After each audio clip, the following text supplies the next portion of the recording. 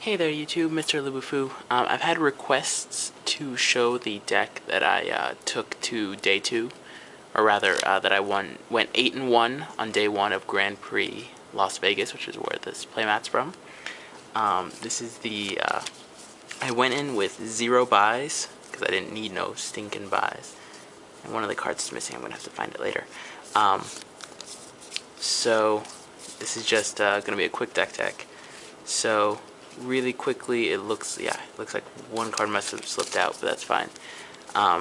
So, see, 8 swamps here, and 7 mountains. There's actually a vivid marsh as well to be included in here. I must have slipped out somewhere, so that was the mana base. And I bet you're wondering, well, how in the world were you able to get a 2-color deck? Well, the way that the Grand Prix had it was you opened up your packs, you logged everything like any PTQ or any event, a competitive level event, and then they said pass to the left, and then that was your pool. And the guy to my right was talking about how sick the pool is, and well, now you're about to find out why. So there's a reason why I was able to get to day 2. So we have a Singleton Sting Scourger, pretty good. I mean, it's unsummoned on a goblin. Tar Pitcher, which you will see why it's incredibly relevant in this deck. Tar Pitcher is probably the best uncommon creature. Not 1, but 2 Mogg War Marshals, combo with Tar Pitcher quite well. Not 1, but 2 Wrathy Trappers. This card was a surprising common MVP. I really liked him. He did a lot of work. Not 1, but 2 Apocryphites, so solid there. Not 1, but 2 Worn Weirdings, so Edict effect's always good. A Singleton Death Denied, which did a couple of things. I won me a couple of games. One of them, it Death Denied every single creature that had died in the entire game, and then I cast them all the function. I think it was like 2 Mogg War Marshals, among other things. Like, it was ridiculous. We have a Singleton Stinkweed Imp, which I only wanted to dredge once, and it cost me, or almost cost me the game. A Singleton Murder Shred Cap, very good card. A Singleton Torrent of Stone for removal, in addition to a Singleton Tribal Flames. Warspike Changeling, just as basically another Goblin is how I played it. Fiery Fall is removal or basic land cycling. And now on to the rares, and what made me go. So Squee was actually an MVP.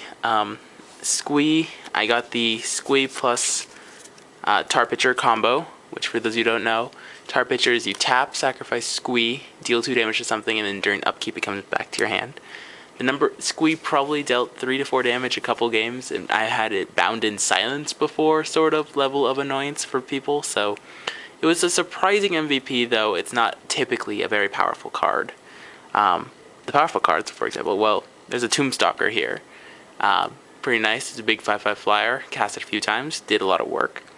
Now, let's not be ridiculous. That's a Sword of Fire and Ice. I got a Sword of Fire and Ice in my pool and in my mini-masters and in my draft. So I got 3 swords over the course of the weekend. Pretty nice. It's an incredible bomb. Like, it won me a couple games. We have a Skeletal Vampire. Also won me a few games. This card is incredibly difficult to beat.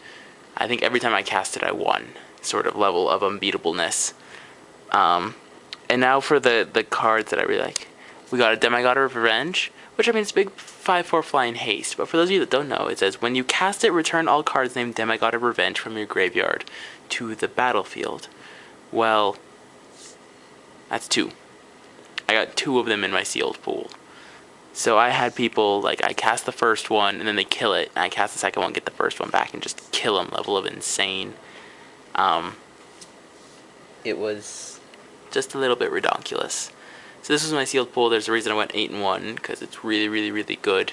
The only time I lost was I cast my sword, he goes bound in silence and plays his own sword, and then cast Elspeth, and then killed me like that.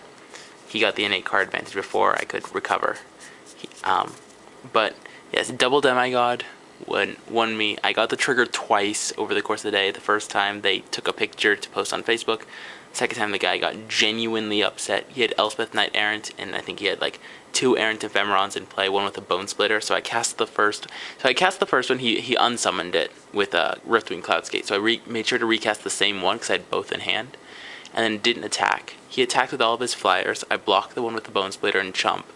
I had a Murderous Redcap as well, so I pinged him down to 10 with another Chump block, and then cast a second Demigod and attacked for 10 in the air. And he was quite upset. But yeah, so this was my sealed pool. It carried me to 8-1. I will not deny that I felt a little bit dirty and a bit like a tool getting such a lucky pool. But yeah, this is how I got to get day 2. Thank you guys all for watching. Guys, I found where the cards were. It was actually another mountain and a vivid. I played 17 lands. Okay, cheers.